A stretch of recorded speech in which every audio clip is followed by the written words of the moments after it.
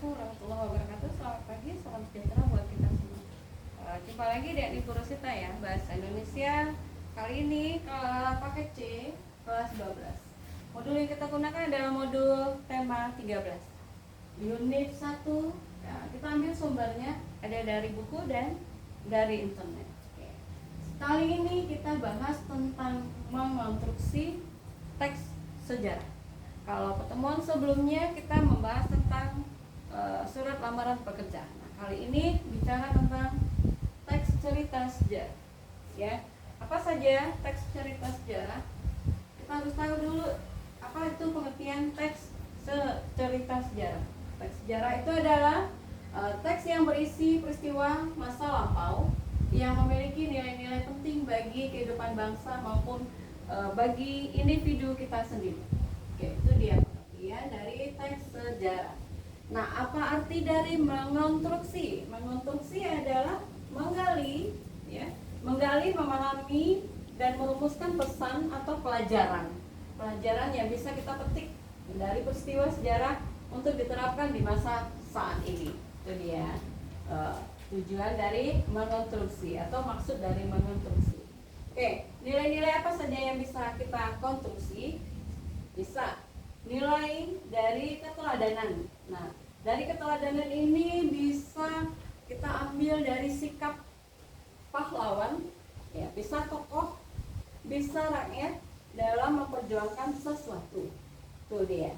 Oke, nilai yang kedua adalah nilai perjuangan. Nah, di sini bisa semangat juang seorang pejuang.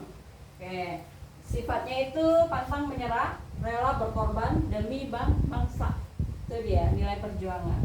Nilai persatuan dan nasionalisme masih berhubungan dengan perjuangan. Kebersamaan dalam melawan penjajah. Jadi sifatnya juga cinta tanah air, ya. Karena dia teks sejarah, lebih ke bagian perjuangan banyak. Terus yang keempat adalah nilai yang bisa kita konstruksi, nilai moral dan sosial. Nah, di sini berisi ada solidaritas, ya. Solidaritas itu kepedulian antar sesama, itu solidaritas, saling bantu, ya, bukan saling bantu demi untuk memprovokatori seseorang dengan seorang lain, itu nggak boleh. Solidaritasnya demi kebaikan. Nah, di sini juga ada gotong royong. Nah, ada kepedulian, peduli dengan nasib orang lain. Itu dia nilai moral dan sosial. Terus yang kelima adalah nilai religius. Nah, ini lebih ke imanan kita, ketakwaan kita. Terus ada doa, ada spiritualitas dalam perjuangan. Itu dia. Kalau di dalam buku ada yang dijelaskan, ada nilai sosial, nilai berkaitan dengan hubungan atau tata pergaulan antara manusia dan antara manusia dengan lingkungannya.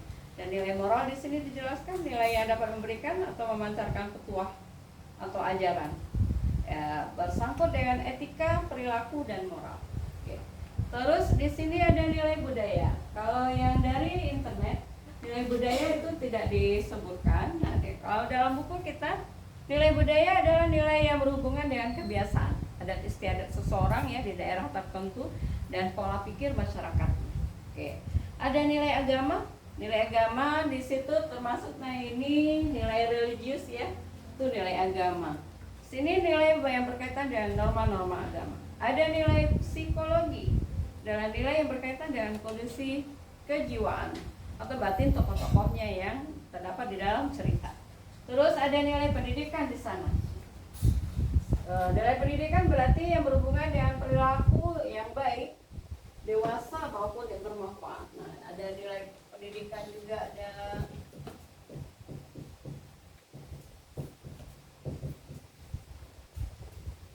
Oke. Terus selanjutnya yang perlu kita jelaskan mengenai langkah-langkah mengonstruksi nilai-nilai tersebut. Langkahnya yang pertama adalah membaca teks sejarah secara cermat. Dari awal kita harus baca teks sejarahnya. Terus yang kedua, mengidentifikasi atau mencatat tokohnya siapa, peristiwanya seperti apa, nah latar dari sejarah itu seperti apa, itu harus kita data. Terus yang ketiga adalah Mencatat sikap atau tindakan tokoh yang menonjol. Apa saja sikapnya yang menonjol? Itu harus kita jelaskan di sana. Selanjutnya, langkah yang keempat adalah menghubungkan sikap tersebut dengan nilai positif. Ya, apa nilai positif yang bisa kita petik? Nah, misal nih atau contoh. Nilai positifnya kita ambil adalah keberanian.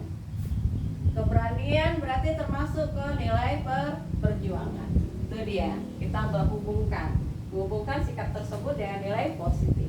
Terus langkah yang ketiga dalam mengonstruksi nilai-nilai tersebut adalah langkah terakhir merumuskan pelajaran yang relevan dengan kehidupan sekarang. Tuh. Oke, itu dia ada 5 langkah yang perlu kita ketahui untuk mengonstruksi nilai-nilai. Nah, di sini dimaksudkan ada, kita kasih contoh dulu. Contoh teks sejarah tentang perlawanan rakyat Aceh terhadap penjajah Belanda. Nah, isi teksnya rakyat Aceh melawan Belanda dengan gagah berani dipimpin oleh Cut Nyak Dien. Meski kalah senjata, mereka tidak menyerah. Itu dia. Itu isi teksnya. Lalu nilai yang dapat dikonstruksi adalah pertama, nilai keberanian di situ perlu. Ya, nilai keberanian berarti itu nilai perjuangan. Terus kegigihan Cut Nyak Dien meski dalam kesulitan. Nah, ini adalah nilai pantang menyerah yang diambil. Terus ada kebersamaan rakyat Aceh. Nah, ini ada nilai persatuan. Nah, itu dia. Itu analisisnya secara singkat. Terus pelajaran untuk masa kininya adalah generasi muda harus berani menghadapi tantangan hidup, bersatu melawan kemalasan ya. Pasti banyak yang malas. Nanti ada yang suka ngantuk, suka apa gitu kan. Nah, dan pantang menyerah. Nah, itu untuk anak muda sekarang itu pesannya. Pelajaran untuk masa kini anak muda. Oke. Dalam strukturnya juga ada 3. Struktur dari teks sejarah tersebut adalah bagian orientasi. Orientasi itu maksudnya pembukaan, ya.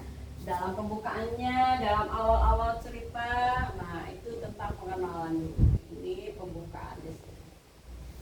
Pembuka. Terus ada yang kedua, strukturnya adalah urutan peristiwa. Berarti urutan peristiwa pertama, kedua, apa? Ya, itu langkah-langkahnya sesuai di situ. Kalau orientasi ini bagian akhir di sini. Nah, itu 3 macam atau struktur di dalam sebuah teks sejarah. Ada orientasi, urutan peristiwa, sama reorientasi. Itu. Oke, untuk penugasan kita kali ini halaman 13 sampai 14 soal pilihan ganda cukup. Dari nomor 1 sampai nomor 5 silakan kerjakan tepat waktu, jangan bermalas-malasan ya, karena temanya tentang teks sejarah.